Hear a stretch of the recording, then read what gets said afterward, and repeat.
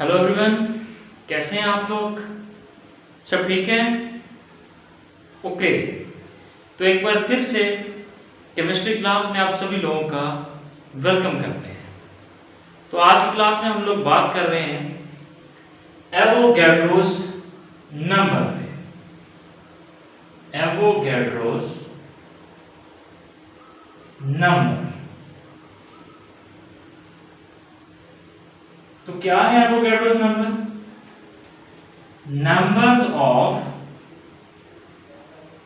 numbers of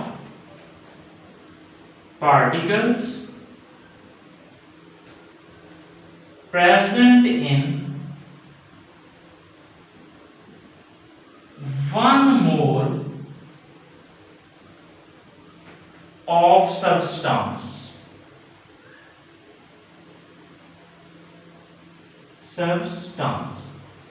That is 6.02 multiplied by 10 की power 23. That is called Avogadro's number. तो Avogadro's number क्या है? Avogadro's number है 1 मोल substance के अंदर 6.02 मल्टीप्लाई बाय 10 की पावर 23 नंबर्स ऑफ पार्टिकल्स पाए जाते हैं। इसको एवोगैड्रोस नंबर कहा जाता है। इसको हम लोग एन ए, ठीक है, दोनों वर्ड ही कैपिटल हैं, एन भी कैपिटल है, ए भी कैपिटल है। N for numbers and A for Avogadro's. तो स्मॉल ए नहीं लिखना, कैपिटल में ही लिखना है, बस साइज इसका थोड़ा छोटा हो जाए। तो अगर हम लोग इसको ऐसे लिख देंगे ना एन ए, तो ये एन ए क्या है? ये तो सोडियम को रिप्रेजेंट कर रहा है, सोडियम को, ठीक है। तो इस तरह से इसको रिप्रेजेंट कर रहा है। तो एन ए एवोगैड्रोस नंबर को रिप्रेजेंट कर रहा है। तो एक मोल सब्सटेंस के अंदर इतने सारे पार्टिकल्स होते हैं, तो इस नंबर को बोला जाता है एवोगैड्रोस नंबर, या इसको बोला जाता है एवोगैड्रोस कांस्टेंट। क्या कहा जाता है? एवोगैड्रोस कांस्टेंट, ठीक है। अब ये पार्टिकल्स क्या होते हैं? तो याद रखें, हमने अपनी लास्ट क्लास में बात की थी कि जब एटम हो, एलिमेंट हो, मॉलिक्यूल हो, आयनिक कंपाउंड हो, आयन हो, उन सब को मिला के हम लोग क्या बोलते हैं? सबस्टांस बोलते हैं। यानी सबस्टांस जो है वो किन चार टर्म्स को इंडिकेट करता है? चार टर्म्स को इंडिकेट करता है। कौन सी चार टर्म्स? एलिमेंट या एटम को इंडिकेट करता है, इस तरह से मॉलिक्यूल, जिसको हम लोगों ने बोला था कोवलेंट कंपाउंड्स मॉलिक्यूल ही होते हैं, आयनिक कंपाउंड्स, और इस तरह से आयंस। इन सब को हम लोग क्या बोलते हैं? इन सब को हम लोग बोलते हैं सबस्टेंस। क्या बोलते हैं? सबस्टेंस। तो जब हमारे पास सबस्टेंस एलिमेंट होगा तो पार्टिकल्स कहलाएंगे एटम्स। अब हम लोग बोलेंगे number of atoms present in 1 mole of element, ठीक है, इस तरह से बोलेंगे। जब हमारे पास सबस्टेंस मॉलिक्यूल होगा तब पार्टिकल्स क्या होंगे? नंबर ऑफ मॉलिक्यूल्स, ठीक है। अब ये पार्टिकल्स क्या कहलाएंगे? मॉलिक्यूल्स कहलाएंगे। और जब हमारे पास आयनिक कंपाउंड होगा तब ये पार्टिकल्स क्या कहलाएंगे? Formula units. हम लोग किस तरह से डिफाइन करेंगे? Numbers of formula units present in 1 mole of ionic compounds, that is 6.02 multiplied by 10 की power 23, that is called Avogadro's number। ये क्या बोलेंगे? Avogadro's constant. इस तरह से हमारे पास जब आइन होगा यहाँ पे, तब ये पार्टिकल्स क्या होंगे, नंबर ऑफ आइंस को रिप्रेजेंट करेंगे। तो हम लोग इसको ऐसे भी डिफाइन कर सकते हैं कि numbers of ions present in 1 mole of आइन दैट इज 6.02 10 की power 23, this is called Avogadro's number, या बोलेंगे एवोगाड्रोस कांस्टेंट। क्योंकि हमारा वास्ता केमिस्ट्री में इन 4 बेसिक चीजों से पढ़ता है, इस वजह से हम लोग एवोगाड्रोस नंबर को 4 डिफरेंट वेज में एक्सप्रेस कर सकते हैं, यानी एलिमेंट के हिसाब से भी, मॉलिक्यूल के हिसाब से भी, आयनिक कंपाउंड के हिसाब से भी, और आइंस के हिसाब से भी। तो याद रखें फिर इन नंबर्स को एवोगाड्रोस नंबर क्यों कहते हैं। असल में 19th सेंचुरी का एक साइंटिस्ट था, 19th सेंचुरी का एक साइंटिस्ट था, इसका नाम था एमेडो एवोगाड्रो। ये इटालियन स्कॉलर था, इटालियन केमिस्ट था, इटली से बिलोंग करता था, इटालियन स्कॉलर। तो इसने एक बहुत ही इंपॉर्टेंट लॉ जो कि गैसेस के मुतल्लिक था, जिसको हम लोग एवोगाड्रोस लॉ के नाम से याद रखते हैं। ये गैसेस के मुतल्लिक लॉ था, इसको हम लोग एक्सप्लेन करेंगे अपने गैसेस वाले चैप्टर के अंदर।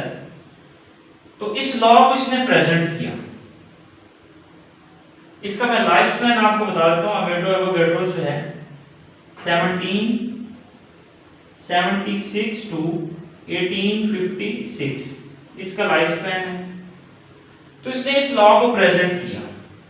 तो इसको ट्रिब्यूट पेश करने के लिए, इसको ट्रिब्यूट देने के लिए इन नंबर्स को इसके नाम से मंसूब कर दिया।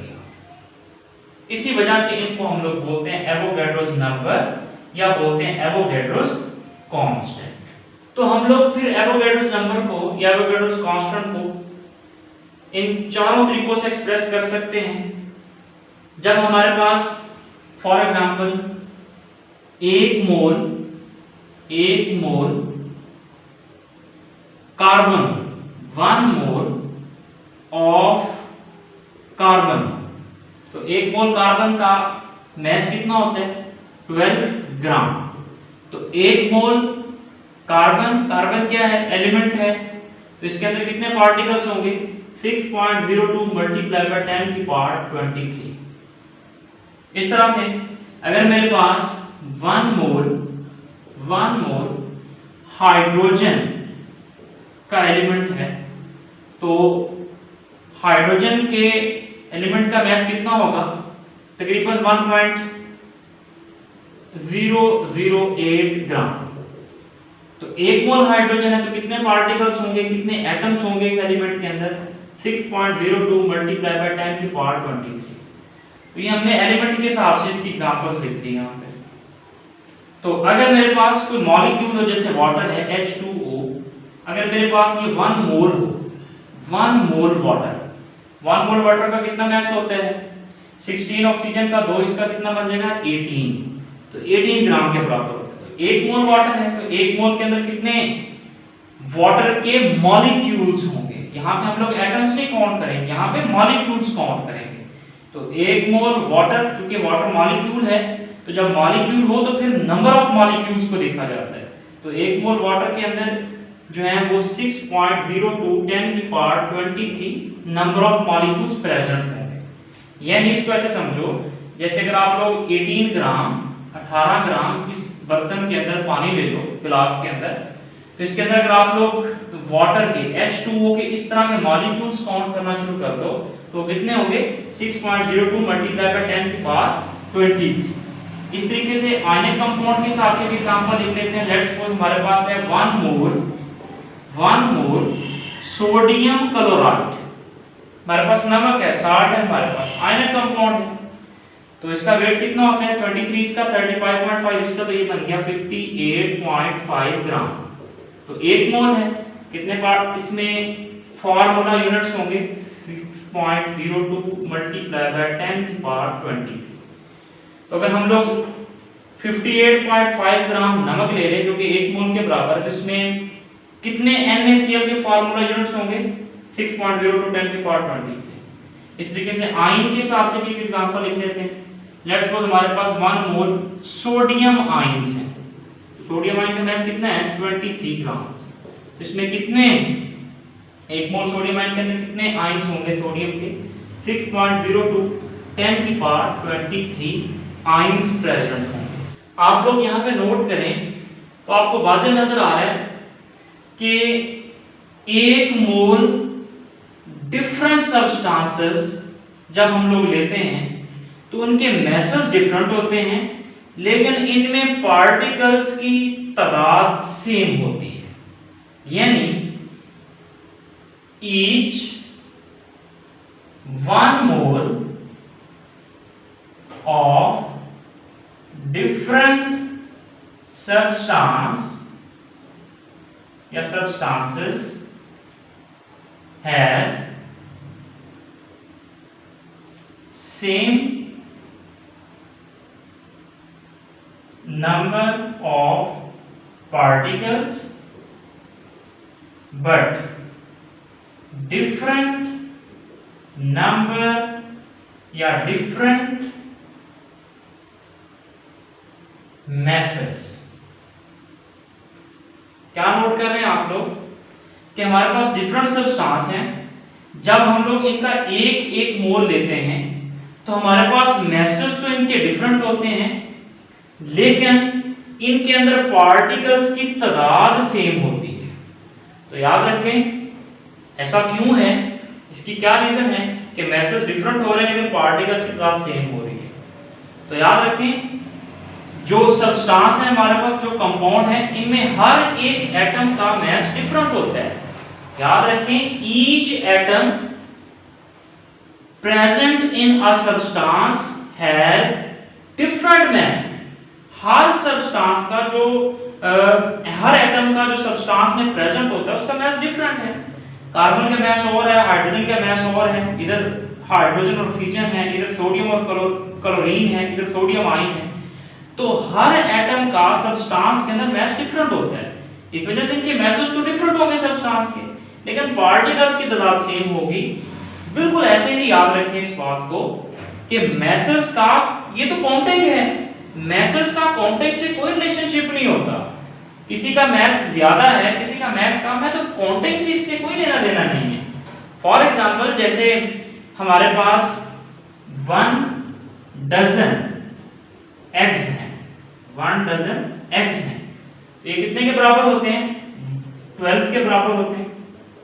12 अंडे अगर आप लोग ले लें तो वो किसके बराबर होंगे 1 डजन के बराबर होंगे। और इसी तरीके से अगर आप लोग 1 डजन बनानास ले लें, 1 डजन बनानास अगर आप लोग ले लेते हैं तो इसकी काउंटिंग कितनी होगी 12 होगी। आप देखें एग्स जो हैं इनके मैसेज और हैं, जो बनानास हैं या आप लोग 1 डजन ऑरेंजेस ले लेते हैं तो इनके मैसेज अलग हैं, लेकिन हैं कितने 1 डजन, ये कितने 1 डजन, तो काउंटिंग इनकी सेम रहेगी। तो मैसेज डिफरेंट हो सकते हैं लेकिन काउंटिंग पे कोई फर्क नहीं पड़ता। तो याद रखें there is no relationship between masses and countings. Countings का मैस के साथ देना देना नहीं है, काउंटिंग्स मैस के ऊपर डिपेंड नहीं करती। कोई हैवी है या कोई जो है वो बड़ा लाइट सा है, काउंटिंग में वो एक ही काउंट होगा। यानी एक बंदा बहुत मोटा सा है और एक बंदा बहुत पतला सा है, तो हम लोग जो मोटा बंदा होगा, हैवी होगा, जिसका वेट ज्यादा, उसको हम 2 के बराबर तो नहीं ना देंगे, उसको हम लोग काउंटिंग में एक ही काउंट करेंगे। तो बिल्कुल ऐसे ही 1 मोल सब्सटेंस जब भी हम लोग ले लें उनके मैसेज तो डिफरेंट होंगे लेकिन उनके अंदर पार्टिकल्स की तादाद सेम होगी। अच्छा जी, मैं इसको यहां से रेस्ट कर देता हूं।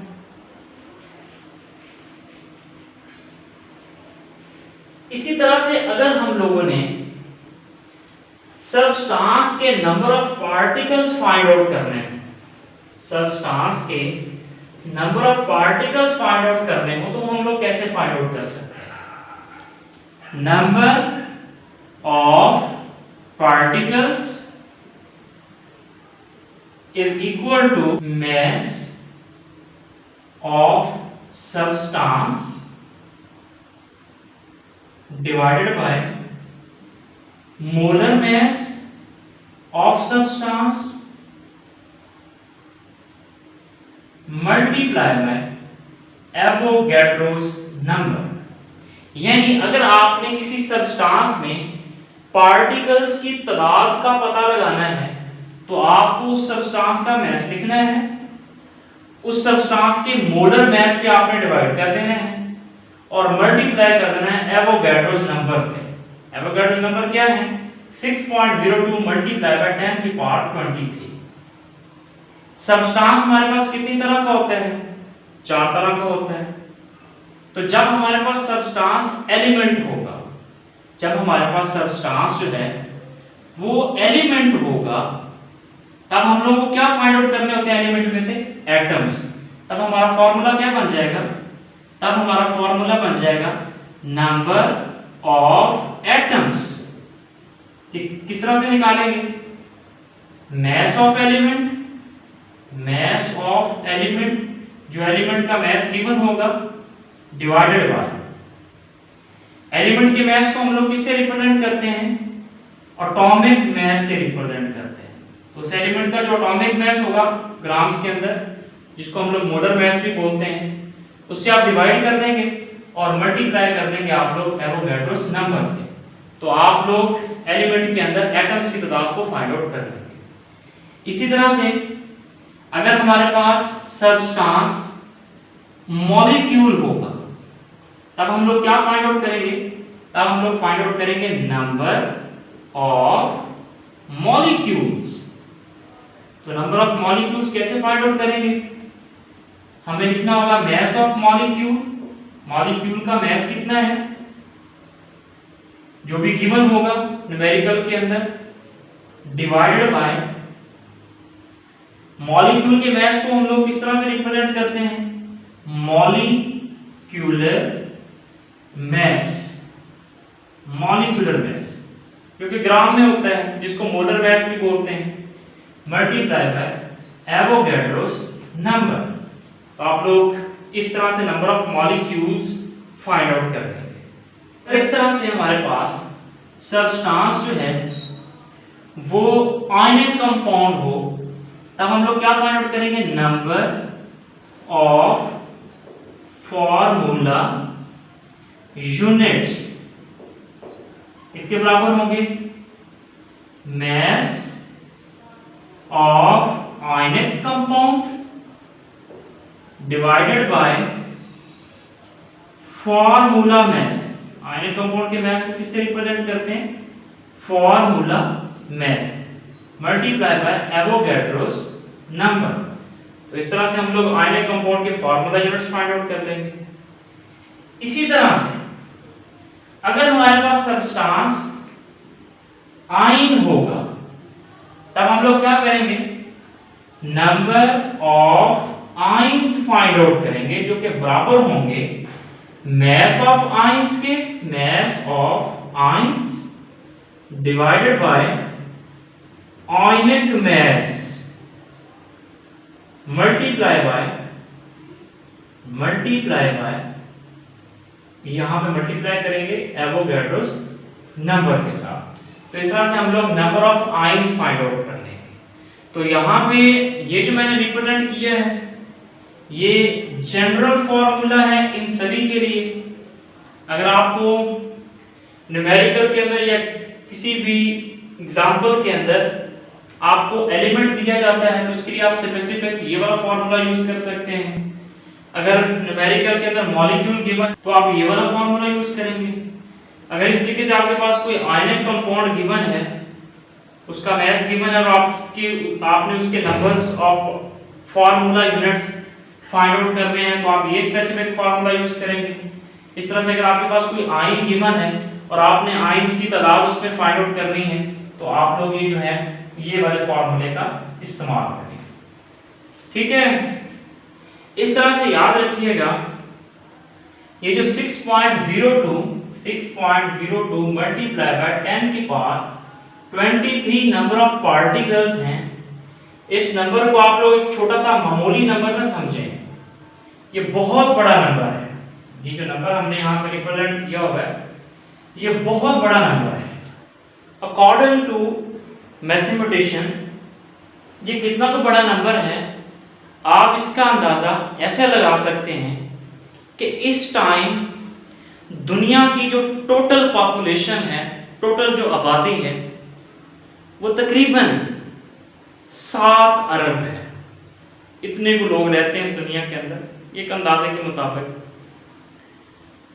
तो लेट्स सपोज आप लोग पूरी दुनिया के लोगों को, जो कि 7 अरब हैं, इनको किसी एक जगह पे इकट्ठा कर लेते हैं, और जितना बड़ा ये नंबर आपको दिखाई पड़ रहा है यहाँ पे, इतनी सारी क्रिकेट की बॉल्स इकट्ठी कर लेते हैं किसी एक जगह पे। ऐसा पॉसिबल तो नहीं है, ये जस्ट अंडरस्टैंड करने के लिए कि आपको अंदाजा हो जाए कि ये कितना बड़ा नंबर है, मामूली नंबर ना इसको समझे।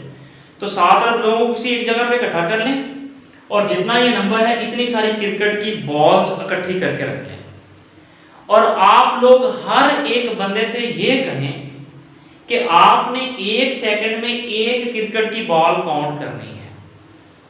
तो पूरी दुनिया के लोगों को इतनी सारी बॉल्स काउंट करने के लिए 25 लाख साल चाहिए, और अगर ये काउंट करना शुरू करें तो उनको 25 लाख साल लग जाएंगे। 25 लाख ईयर्स, इतने साल लगेंगे इस नंबर को काउंट करने के लिए। तो अब आपको अंदाजा होना चाहिए कितना बड़ा नंबर है, और इसकी डिस्कवरी, इसकी कैलकुलेशन केमिस्ट्री की दुनिया में एक इनकलाब था, किसी इनकलाब से कम नहीं थी। तो इसी मुनासबत से, इसी वजह से केमिस्ट्री की दुनिया में हर साल 23 अक्टूबर 23 अक्टूबर सुबह के 6:02 से लेकर शाम के 6:02 तक एक दिन सेलिब्रेट किया जाता है, जिसको मोल डे कहा जाता है। क्या कहा जाता है? मोल डे। तो हर साल केमिस्ट्री से वाबस्ता लोग जो हैं वो 23 अक्टूबर को सुबह 6:02 से लेकर शाम 6:02 तक मोल डे को सेलिब्रेट करते हैं। तो आप लोग इसको इस तरह से भी ध्यान में रख सकते हैं कि देखिए ये 23 है, 23 अक्टूबर जो होता है ये 10वां महीना होता है, 10th मंथ है ईयर का, 10वां महीना है साल का ये। और 6:02 मतलब 6.02, ओके। तो 6.02 मल्टीप्लाई बाय 10 की पावर 23। तो हर साल 23 अक्टूबर को 6:02 सुबह से लेकर शाम के 6:02 तक इस दिन को सेलिब्रेट किया जाता है मोल डे के नाम से।